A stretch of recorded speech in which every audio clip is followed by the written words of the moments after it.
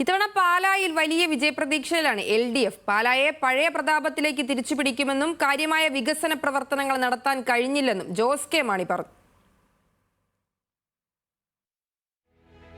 ഇത്തവണ LDF പ്രവർത്തകർ പാലായിൽ ഉയർത്തുന്ന പ്രധാന മുദ്രാവാക്യങ്ങൾ ഇതൊക്കെയാണ്. പാലയിൽ ഒരു മാറ്റം വേണം. മാണി സി കാപ്പൻ വികസന പ്രവർത്തനങ്ങൾ പാലയിൽ നടത്തിയില്ല. പഴയ പ്രതാപത്തിലേക്ക് പാലയെ തിരിച്ചുപിടിക്കും.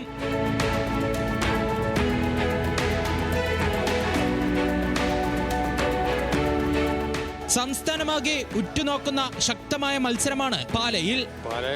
ഇത്തവണ ജോസ് കെ മാണി ജയിച്ചിരിക്കും. പാലായിൽ ജോസ് കെ മാണി ജയിക്കാനല്ലേ സൂപ്പർ ഭൂരിപക്ഷത്തേക്ക് ജോസ് കെ മാണി ജയിക്കും. അങ്ങനെ ജയിക്കേണ്ടത് അതാ പുള്ളിയാ മെയിൻ സ്ഥാനാർത്ഥി കൊടുത്തത്. ഇപ്പോഴും ജോസ് കെ മാണി ജയിക്കട്ടെ. പുള്ളി ജയിക്കണം. പുള്ളി ജയിച്ചാലേ ശരിയാവുള്ളൂ. പാലായിൽ സംശയമുണ്ടോ? LDF ജോസ് കെ മാണി ജയിച്ചിട്ടേ ഞങ്ങൾക്ക് പാലാക്കാർക്ക് കാര്യമുള്ളൂ. KM മാണി നടത്തിയ വികസന പ്രവർത്തനങ്ങൾ പറഞ്ഞാണ് ജോസ് കെ മാണിയുടെ പ്രചാരണം. നമുക്ക് വലിയൊരു പ്രതീക്ഷയിലാണ്. ജനങ്ങൾ ആഗ്രഹിക്കുന്ന ഒരു മാറ്റമാണ്. കാരണം പാലായിൽ വളരെ വികസന പ്രവർത്തനങ്ങൾ കഴിഞ്ഞ 50 വർഷമായി കൊണ്ടുവരുന്നു.